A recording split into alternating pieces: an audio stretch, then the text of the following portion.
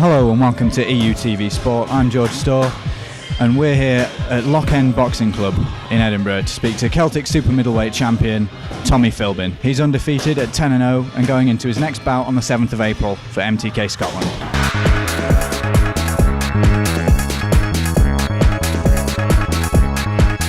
So how did you get into boxing originally when you first started? It's like a cliche because I was always getting in trouble at school. But it was my dad. I was 9 years old. I was fighting at school all the time, and he says, "Go to boxing. I'll take you boxing." And he was saying that he says that he used to do it, but I didn't really believe him. But so I started when I was 9, and then it's been that ever since. I'm now coming up to 28, so it's a long time doing it.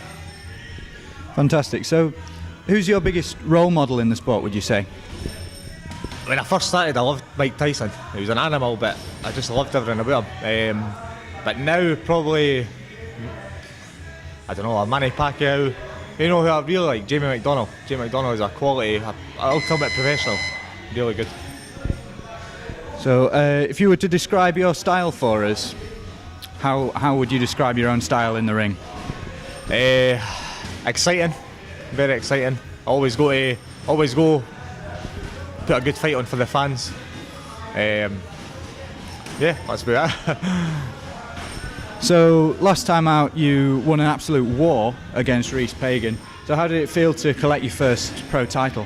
It was great. I actually had my first title before that. It wasn't televised. I won the British Light Heavyweight Challenge belt. I knocked Carl Wilde out in the first round, and then having that war and winning the Celtic title was amazing. Best feeling. On TV as well. It was good.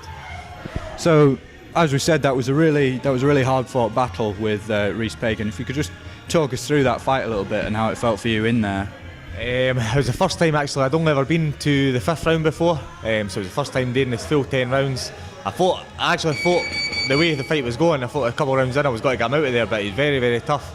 And I probably put too much in it at the start of the fight, but it was good. I'm happy with my performance. It was really good.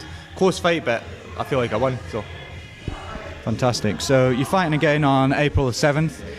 No opponent confirmed yet, but how's the training camp going so far? Yeah, training camp's gone great. I just recently moved back here from Billy Nelson's gym, just to make my commute easier and see my kids. I've got 2 beautiful wee kids who I hardly ever see, so that's a massive part of why I've came back here as well. And I'm friends with everybody here and that. So it's been going great. I'm feeling good and I'm happy with what I'm doing. So it's good. So where do you see yourself in the sport in a year or two's time, say? I know last time we spoke you said you were targeting a British title somewhere down the road, but where do you see yourself maybe in a year's time? Hopefully the British champion. I'd like to challenge for it, win it outright. If I could win that British title outright and then I couldn't box again for whatever reason, I'd retire happy.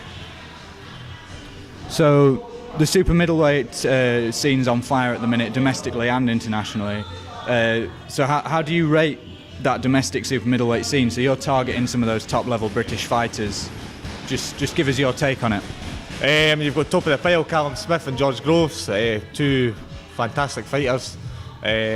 Rocky Fielding, John Ryder, Zach Parker, they're all good fighters, but I want to be in that mix. I'd love to be on the mix, so yeah, it'd be good.